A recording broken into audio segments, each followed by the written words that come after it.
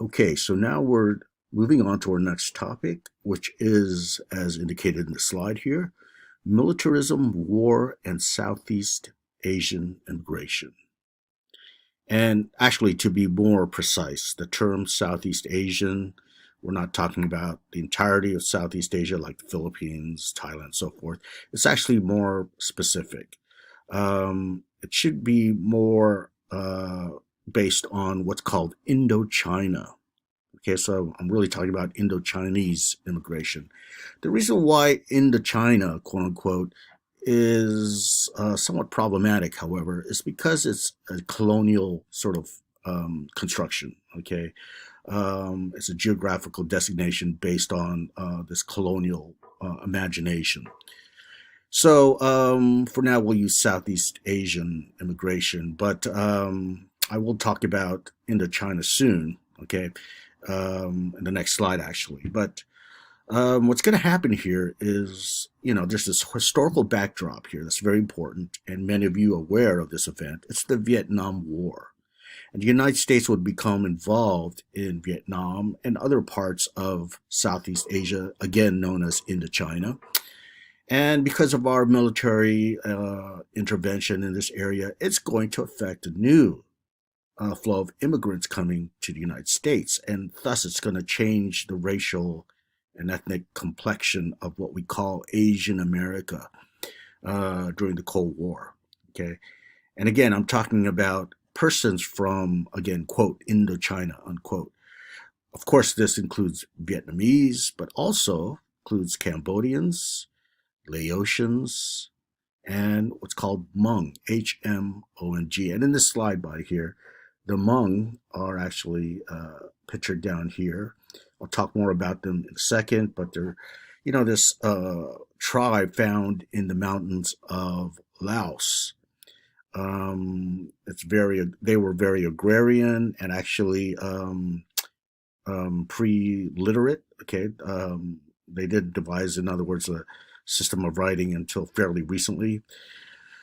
And they were instrumental in our conflict against the civil war that's happening in Laos. They were on our side. In other words, it's a CIA-backed operation where we sponsored the Hmong tribe to work in intelligence as well as, helping the war effort when we became involved in the Laotian affairs. And by the way, if you were paying attention to the Olympics this past summer, you probably recall the gymnast that won the gold, um, and she was actually a member of the Hmong community in Minnesota, I believe. Okay, so a lot was made about her family immigrant background. Okay, and here's a picture on the top left of some what's called boat people fleeing from Vietnam to escape the communist regime. This happens around 1975 and continues into the early 1980s. Then here you see a re-education camp, just like a concentration camp where in the country of Cambodia, the communists known as the Khmer Rouge basically put a lot of people, hundreds of thousands of people, into these concentration camps. And honestly, there was a campaign of extermination. Okay, it was full genocide here that's happening. About 2 million Cambodians died in this genocide. And because of the war and militarism and so forth, it's going to lead to trauma. Okay, a big part of the experience, the immigrant experience of, let's say, the Bow people or the Hmong or the Cambodians coming to the United States by the mid 1970s through the early 1990s. In the backdrop again is this war, which is going to induce a sense of trauma in their lives, and that's going to affect, their ability to settle, to stabilize their lives in the United States, and so on and so forth. Now, as I just mentioned, this is going to happen after 1975. Okay, but that time, by the way, that year is important because that's when North Vietnam officially won the war and created a united Vietnam Republic. And basically, the communist forces won there. So after that, you have the fleeing of thousands, tens of thousands of refugees. Before 1975, in the United States, there was a very small number of persons from what we call Indochina, numbering perhaps to a few hundred. But what we see after 1975 is, let's say by 1980, the figure was around 300,000 persons from Southeast Asia. And then by 2000, you have about a million. And we'll talk about why it rises so much. Okay. And then by 2020, the last census, you see about 1.12 million Vietnamese. You see 320,000 Cambodians. You see 200,000 Laotians and about 180,000 Hmong tribe. By the way, the spelling for that is Hmong, the Hmong people. Okay, so what we have is a recomposition, right, reconfiguration of what is defined as Asian America. Before, let's recall that we talked about some overarching themes that served as structural conditions leading to Asian migration to the United States. One of them, and the first theme, the first structural condition, in other words, was capitalism and how it expanded, both geographically and in terms of, profit, and how that involved labor and therefore race in the country. And I'm sure you recall that because you just took your exam, right? All right. We also talked about another structural background facilitating immigration, and that's U.S. imperialism and overseas colonialism. And this specifically applies, at least before World War II, to the Philippines. And now, after World War II, it applies to, again, Southeast Asians, right? Indochinese, because, our involvement in the Pacific region, the fact that we have this, we see the Pacific region as one of our sphere of influences, right? We have perceived vital interests in that part of the world, and therefore we see U.S. involved in that part of the world. Well, it's going to lead to this migratory flow from that part of the world into the United States. Okay, so um, here are some key terms here that we could look at. I'm not going to define all of these right at this moment. They'll be defined as we discuss this course. But just to begin, okay, we can begin with militarism. And I kind of hinted at this before when I talked about our involvement in the Pacific, right? Basically, militarism, and in this case, we're talking about U.S. militarism, but militarism in general is a belief that strong military action, or even just strong military preparedness, should be fundamental to a nation's foreign policy. It's a belief that you're willing to employ the threat and even the use of military action in order to further one's interest, one's vital interest again in the world. And this is particularly manifested today, even actually. Okay, we have so many U.S. military bases and military installations strewn across the world. Today, the figure is nearly 800 military bases in 80 different countries. That's 2021. And also, we see militarism, U.S. militarism, in the prodigious amount of military spending every year in our annual budget. Okay, despite the fact that we're not actually involved in a war, especially after having left Afghanistan, right? We have this distended budget when it comes to military spending. So those two notions in and of itself, right, suggest U.S. militarism today. But certainly going back into the 20th century, we talked about how in our discussion of imperialism, we had architects of U.S. imperialism looking at the Pacific as our, quote, sphere of influence, all right? We knew the Atlantic was already, not of concern to us. That's the Europeans. The Caribbean, yeah, we'll take some, but again, there's there's European presence there.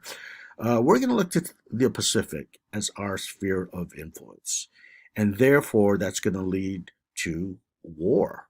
Okay, how are we going to assert and maintain our presence there? Through, for example, military bases, military presence, and we get lured into war, or you could even argue we precipitate war. Okay, so this is what's going to lead again to this immigrant flow. If you recall the logic that we used when we discuss Filipino American immigration, why did Filipino Americans arrive to the United States, right? Well, it's because the United States went there first. They went to the Philippines first. So the same logic certainly applies here. Why are there Vietnamese, Cambodians, Laotians, so forth in the United States today? Well, it's because the United States went there first, and it's in a form of military intervention. Now, diaspora is the second term here, and basically, diaspora refers to a significant immigration flow uh, away from their home country towards another area of the world. So I say significant. I'm talking about mass dispersion of people, not just individual families, for example.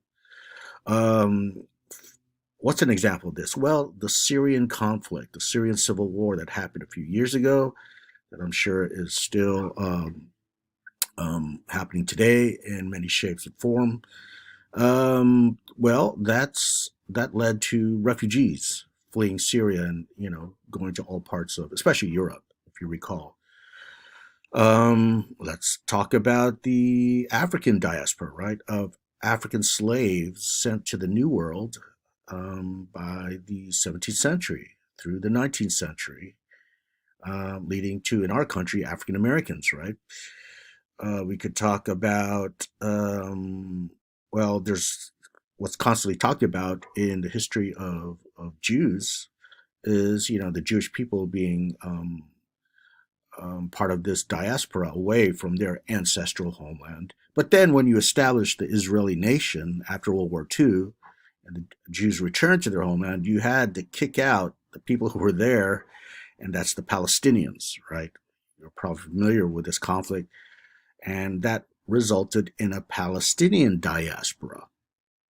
Okay, so it's complicated when you think of it that way.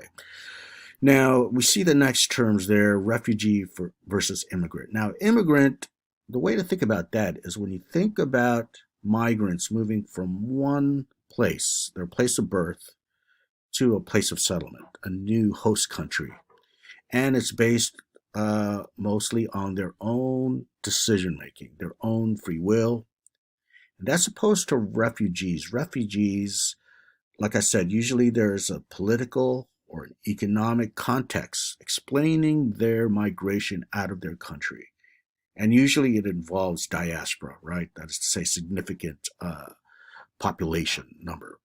So refugees, as I just explained, it's not out of their own decision, right? They're in a way forced out of their countries due to political reasons like civil war, political instability, or perhaps even economic reasons like, famine and the possibility of starvation. So you see a mass refugee movement.